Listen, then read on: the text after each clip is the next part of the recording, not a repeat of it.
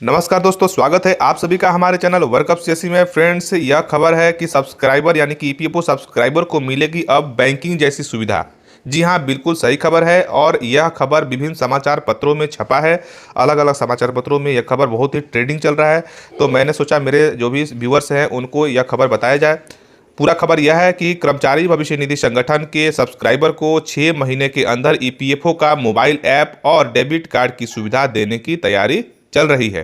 केंद्रीय श्रम एवं रोजगार मंत्री मनसुख मांडविया ने कहा है कि अब ईपीएफओ 2.0 का काम पूरा हो चुका है, जिसमें आईटी सिस्टम को अपग्रेड कर दिया गया और यह काम जनवरी के अंत तक पूरा भी हो जाएगा। इसके बाद मई जून तक ईपीएफओ 3.0 आएगा। इसके जरिए सब्सक्राइबर को ईपीएफओ में बैंकिंग जैसी सुविधाएं मिल जाएगी, यानी कि आप अब एटीएम कार्ड से पैसा उठाना, बाकी अन्य जो भी काम है वो सब कर पाएंगे और इसको बिल्कुल सेंट्रलाइज्ड क्लेम सिस्टम कर दिया जाएगा। दूसरा सबसे बड़ा खबर यह है कि ईपीएफओ अब अपने पेंशन सिस्टम को सेंट्रलाइज कर दिया गया है, सेंट्रलाइज कर लिया है, यानी इससे लगभग 78 लाख पेंशन भोगियों को फायदा मिलने वाला है। फायदा इस तरह से मिलेगा कि अब आप किसी भी बैंक से अपने पेंशन के पैसे को ले पाएंगे। पहले क्या था कि आपका होम ब्रांच था, जहां से आपका पेंशन चालू हुआ था, आपको कुछ भी करना होता था वहीं पे जाके करना पड़ता था। जैसे आप गुजरात के हैं और आपका ईपीएफ ऑफिस गुजरात का है, तो अपने लोकल जो भी उसका लिंक्ड बैंक होगा उसमें ही आपका पेंशन देता था और आपको कुछ भी प्रकार का जैसे जन्म प्रमाण पत्र या मृत्यु प्रमाण पत्र, कुछ भी आपका लाइफ सर्टिफिकेट, कुछ भी आपको जमा करना होता पेपर्स वगैरह,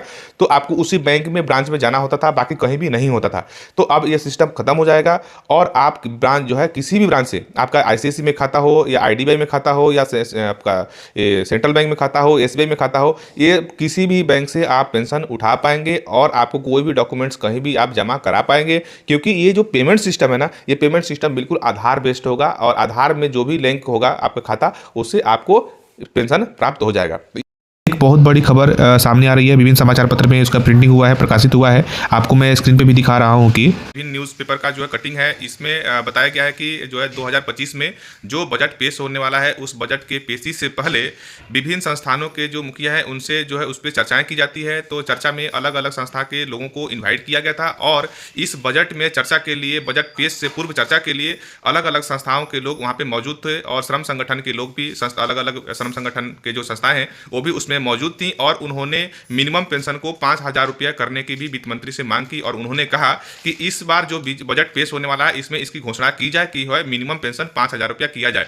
तो चलिए हम इसके बारे में डिटेल्स जानते हैं कि एक्चुअली में इसमें क्या चर्चाएं हुई। तो हम अलग अलग न्यूज़पेपर को आपको स्क्रीन पर दिखा रहा हूं और इसकी जो मुख्य जो क्या क्या चर्चाएं हुई उस पर हम आपको डिटेल्स जानकारी दे रहे हैं। दैनिक जागरण में छपा है, ईपीएफओ में मिले 5,000 रुपये पेंशन। और नवभारत टाइम में छपा है इसका कि श्रम मंत्री से न्यूनतम पेंशन बढ़ाने की मांग। और वहीं जो है द टाइम्स इंडिया में छपा है, trade union 6 increase in minimum EPFO pension to 5,000। Actually खबर यह है कि श्रम संगठन जितने भी हैं देश में, वित्त वर्ष 2025-26 के बजट में ईपीएफओ के तहत मिलने वाले न्यूनतम पेंशन को 5 गुना करने, 8वें वेतन आयोग के तत्काल गठन और अत्यधिक अमीर लोगों को पर जो है अधिक से अधिक जो है टैक्स लगाने की जो इसमें चर्चा की गई, मांग की गई।